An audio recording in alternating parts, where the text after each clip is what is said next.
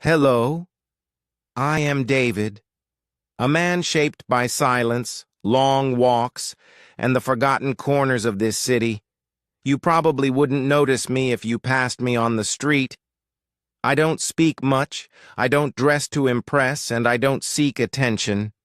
But behind this quiet face is a story I've never told anyone completely. Today, for reasons I can't explain, I feel ready to share it. Maybe it's because the sun rose a little differently this morning, or maybe I've just grown tired of carrying it all alone. In either case, if you're here, if you're listening, thank you. This story begins many years ago, in a little apartment above a bakery. I was only 7 when we moved in. The smell of fresh bread drifted up every morning at 6. It was a good smell, one of warmth and safety. My mother loved it. She said it reminded her of her own childhood. My father was always gone by then, off to work before the light. He was a quiet man too, though not like me. His silence had weight, like stone. Mine is more like fog. You can move through it, but you don't really know where you are. I remember sitting on the windowsill, watching the people outside. I imagined stories for each one of them. That woman in the red coat was a famous singer in secret. The man with the heavy briefcase was a spy. A child dragging a backpack was on a mission to save the world. I think even then, I was a storyteller. Even before I had the words, even before I had the pain, because there was pain eventually. It came slowly, like winter frost. You don't notice the first few flakes, but one day you wake up and everything is white and cold. The cold came when my mother stopped singing. She used to hum while washing dishes or folding clothes. Soft tunes, always the same ones, maybe lullabies from her childhood. But one day the music stopped. No explanation, no announcement. Just silence, like the air had thickened. At first I didn't notice. Children are good at accepting the world as it is. But soon I missed it. The sound, the comfort. She smiled less too, and her eyes, they looked past things, not at them. I remember trying to make her laugh. Silly voices, little dances, even pretending to be the cat. She would smile politely, but the laughter never came back. I didn't understand then. Not really. Now I know what it was. She was slipping into sadness, a deep one, the kind that lives in the bones. And my father, he didn't know what to do with it, so he stayed out longer, spoke even less. We became shadows in the same house, 3 people, orbiting each other like moons, not touching, just circling. Until one night everything changed. It was raining hard. I was in bed, listening to the storm. Then I heard the scream. Sharp, sudden, and not like anything I'd heard before. It came from the kitchen. I ran down the hallway barefoot. The tile was cold beneath my feet, the air thick with tension. When I reached the kitchen, the light was on, flickering. My mother stood near the sink, her hands trembling. Water was running, overflowing a glass she wasn't holding anymore. On the floor lay a plate in pieces, sharp and scattered. My father stood a few feet away, his face pale, fists clenched. No one spoke.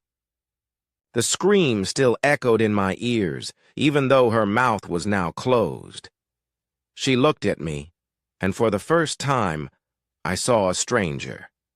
Her eyes were red, her shoulders slumped like something inside had broken. Then, softly, she said, "Go back." "To bed, David." But I couldn't move. The fear had rooted me to the floor. I don't remember how long we stood there. Seconds, minutes, time stretched and twisted. Eventually, my father stepped forward and picked up the glass. He turned off the faucet. Then, without a word, he left the kitchen. My mother knelt down and began picking up the shards. I wanted to help, but I was afraid I'd be in the way. So I just stood there, watching her hands move carefully. She cut her finger. A drop of blood landed on the floor, mixing with the water. She didn't flinch, didn't cry, didn't even blink. That was the night I realized something was wrong with our world. Not just the sadness, but the silence around it. It was louder than any scream.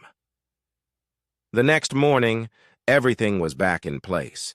The broken plate was gone. The floor was dry. My mother made breakfast like usual, toast and eggs. She even asked if I wanted orange juice. I stared at her, searching for the woman from the night before, but she had hidden that version of herself again, buried it deep beneath routine and politeness. I nodded, too afraid to ask questions. My father came in, dressed for work, silent as always. He kissed her on the cheek, but it was a mechanical gesture, like turning off a light. He didn't look at her. She didn't look at him. And I sat there, caught between them.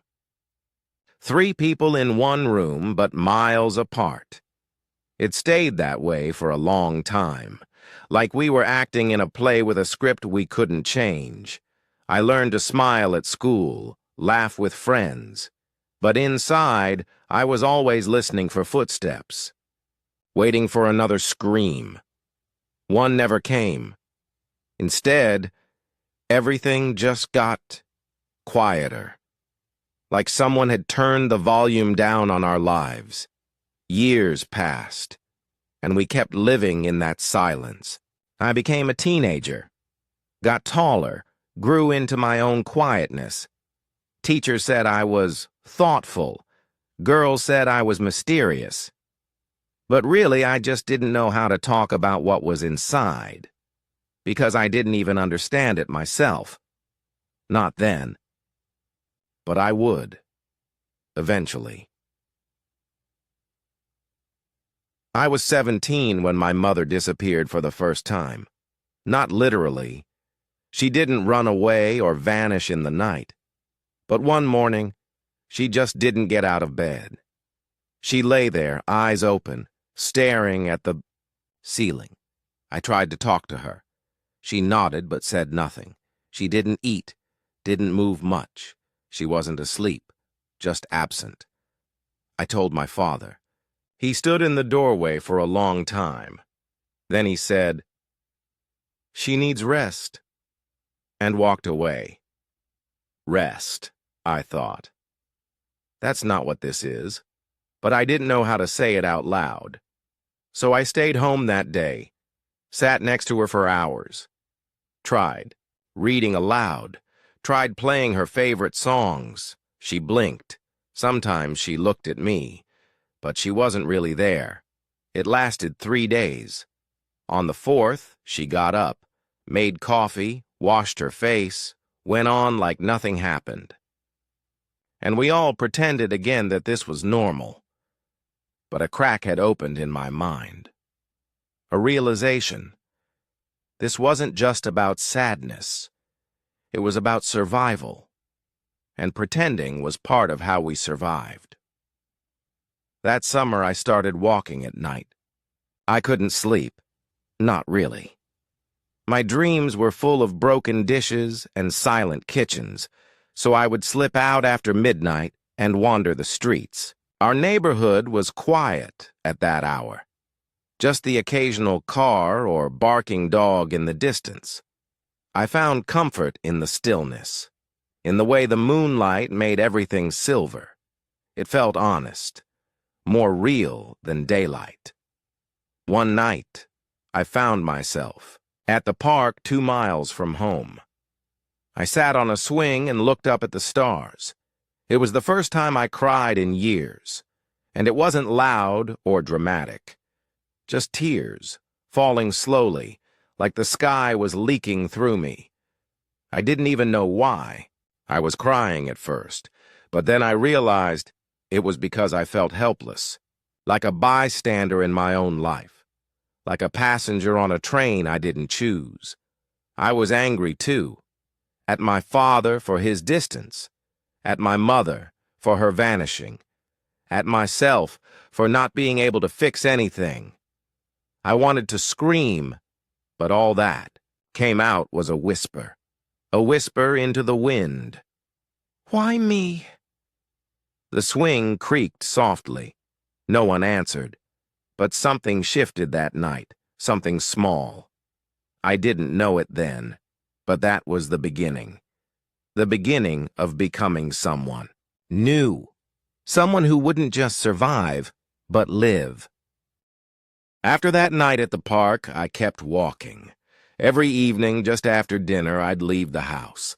Sometimes I walked for hours, sometimes just around the block.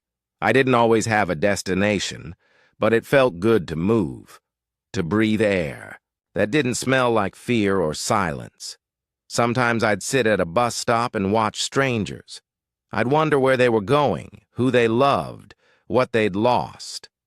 I think I was looking for signs that everyone was broken somehow, that I wasn't alone in the mess. There was a comfort in strangers. They didn't expect anything from me. No words, no smiles, no lies, just presence. Eventually, I brought a notebook. I started writing things down, thoughts, images, questions. At first, it was messy, fragments, but slowly it became clearer. My pain had a shape, and words helped me see it. I didn't show anyone the notebook, not even my closest friend, Mark. But it became something sacred, a quiet witness to the parts of me no one else knew. One day, I wrote a sentence that stopped me cold. It said, "Maybe I'm still waiting for my mother to come back, not from the bedroom, but from wherever she had disappeared inside." And I realized I didn't know if she ever would. I started noticing small things about her, little rituals, like the way she folded laundry twice, or how she only drank her coffee if it was boiling hot. She used to hum again sometimes, but it was quieter, more cautious, like someone singing to keep the ghosts away. She had stopped wearing makeup, stopped going to church, stopped answering phone calls from her sister. She smiled when she needed to, especially when neighbors asked how she was. But I could tell it was all for show, a performance she'd perfected. I don't know if my father noticed.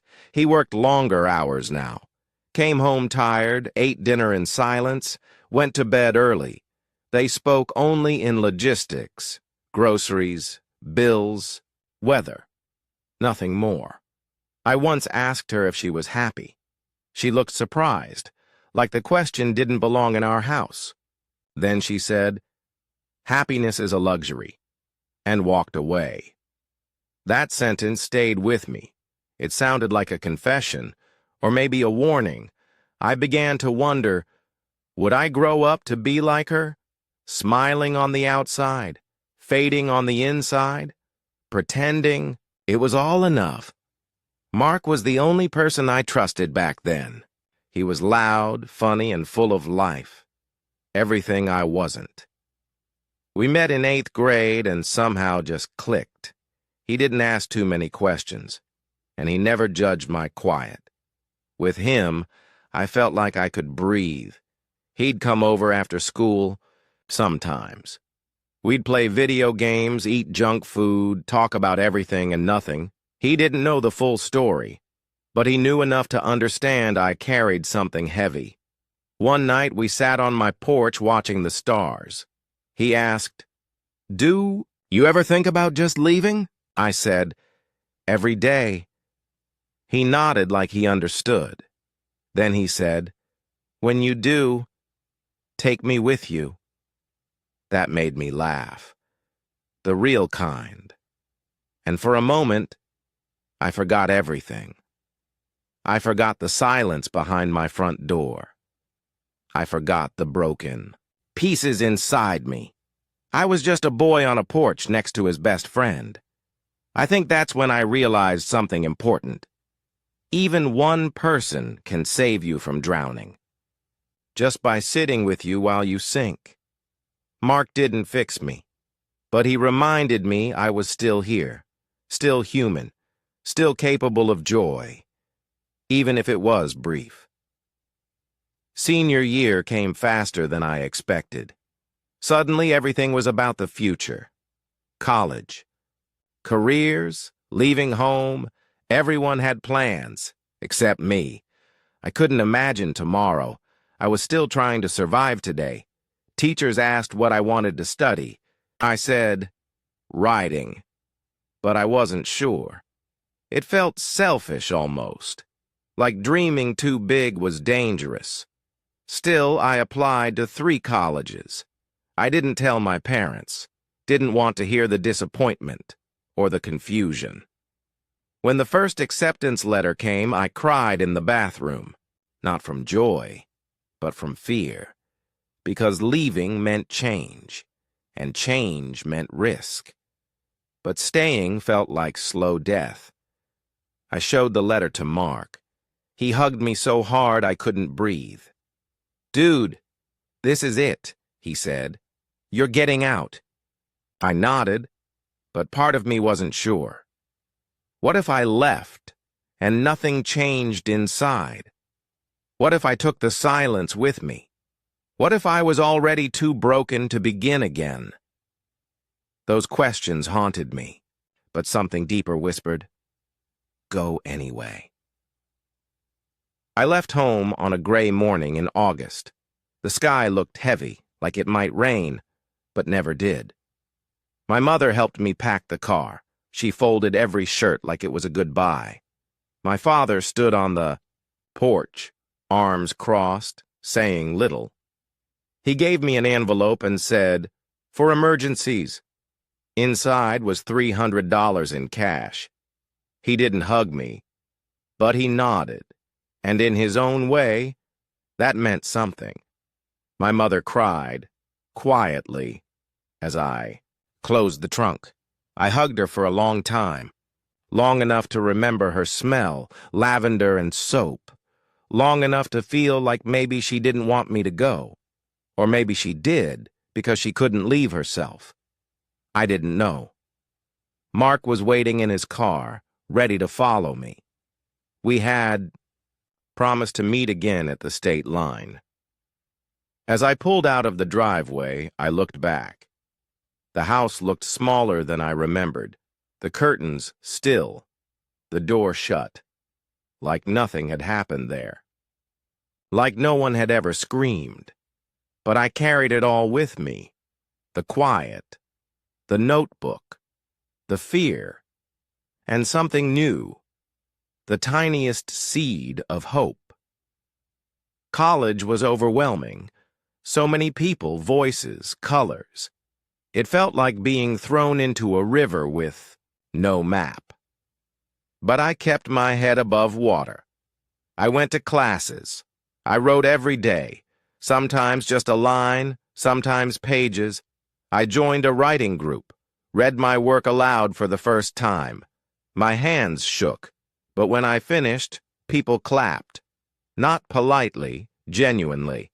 Someone even cried. They told me I had a gift. I didn't know how to accept praise. I'd been invisible for so long. But I kept going. Each week, I brought more. Stories about boys in broken houses, about mothers who disappeared without leaving, about silence that screamed louder than words. The group became my second home. They saw the parts of me I had hidden, and they didn't look away. They leaned in, asked questions, listened, and slowly I began to believe maybe my voice mattered. Maybe my story wasn't just pain. Maybe it was truth. Mark and I kept in touch through everything. Texts, late-night calls, road trips during holidays. He never judged the way I changed. even when I started dressing differently, even when I started saying no to old jokes. We grew together, but in different directions. He stayed in our hometown, opened a garage, said he liked fixing things he could actually see. I understood that. I was trying to fix what couldn't be seen. One Thanksgiving, we sat on his porch, again. Just like old times. He lit a cigarette and handed me one. I declined. He nodded and smiled. "You're different now," he said. "Yeah," I replied, "but not in a bad way." He looked at me, really looked. "You made it out." I didn't know what to say, so I just said, "Thanks." Then he said, "You know what I think?" "What?" "I think one day you're going to help people like us." And I felt something stir in my chest. Like a door had opened I didn't know was there. That winter, I started volunteering. A local shelter had writing workshops for teens. At first, I just watched. Then one day, the regular instructor got sick. The coordinator asked if I could lead the group. I said yes before I could talk myself out of it. The kids were younger than me, but their eyes were old. Too much experience behind those stares. Some had bruises they didn't explain. Others spoke only through their notebooks. I saw myself in all of them. Every broken edge, every quiet scream. We didn't talk about trauma directly.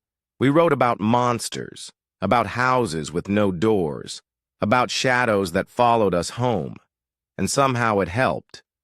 We laughed sometimes, cried too, but mostly we listened. Each story was a step out of the dark. I didn't heal them. They didn't heal me. But we walked together. And that was enough. That was everything. That's when I knew. I had found my purpose. I changed my major to psychology. Kept writing on the side, published a few essays. One went viral. It was called The Quiet House, a story about my childhood told without names.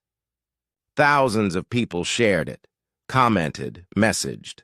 They said, "This is my story too. I thought I was alone. Thank you for writing this." I cried reading those comments. All that silence, finally heard, all that pain, seen. I printed out one message and taped it above my desk. It said, "You helped me feel real." Every time I felt doubt, I read it. When I graduated, my mother came to the ceremony. She wore a navy blue dress and smiled the whole time. We hugged. I told her I loved her. She whispered, "You saved us both." I think she meant it. My father didn't come, but that was okay. Some stories don't end the way we want, but they can still be beautiful. They can still be true. I started working at a nonprofit after graduation. They specialized in trauma recovery for youth. The work was heavy, but it felt right. Each day I sat with kids who reminded me of my past. Some talked right away. Others didn't speak for weeks. I never pushed. Silence, I had learned, was sacred. I created a space where they could just be. No pressure. No pretending.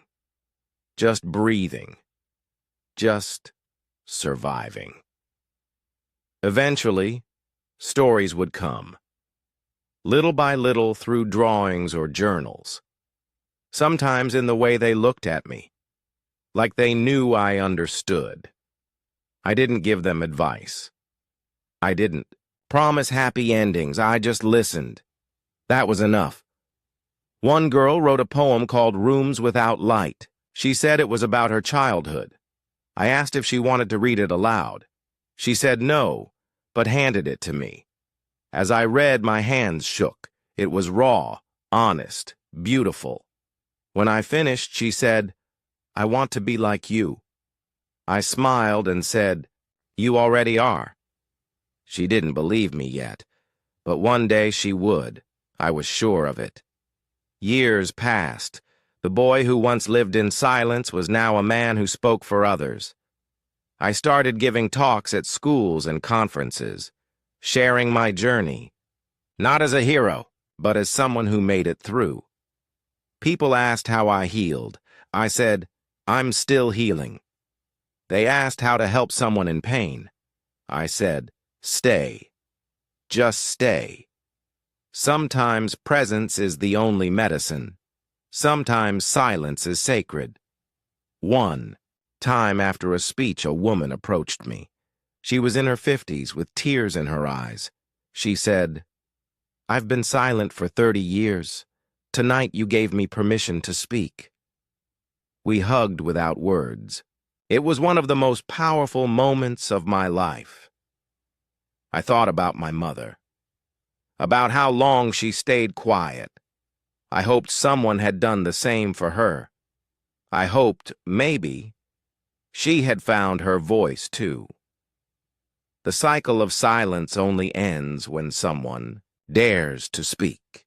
And I was learning to speak louder, not with anger, but with truth and with love. Always love. Eventually, I published a book. It was part memoir, part guide, called The House with No Doors. The title came from a line I wrote at 16. It told the story of my journey through darkness and how I found my way out. This book wasn't perfect, but it was honest, and that's what mattered most to me. The night before the launch, I couldn't sleep. All the fears came rushing back. What if no one read it? What if I wasn't enough? What if my story didn't matter? Then I opened the notebook, the one I had carried since high school. I flipped to the first page. The shaky handwriting, the old pain. It reminded me how far I had come, how much I had grown. That boy deserved to be heard. So did every kid like him. So I showed up the next day, sat on stage, read a passage aloud, and looked out at the crowd. Every seat was full, and I smiled, knowing I had finally come home to myself. That night, I got a message from Mark, a photo of him holding the book, with the caption, "Told you so." I laughed. He was always my biggest fan. We didn't talk every day anymore, but the bond was still there, unbreakable. I replied, "Couldn't have done it without you," because it was true. Everyone needs one person who stays. He was that person for me. Years ago, he sat with me on a porch, said, "Take me with you." And in a way, I did. He lived in every word I wrote, every story I shared. He reminded me what friendship really meant. Not fixing, not saving, just being, showing up, no matter what. That kind of love changes lives. It changed mine, and I hoped to be that person for others, because that's how healing spreads, not through miracles, but through people, one heart at a time.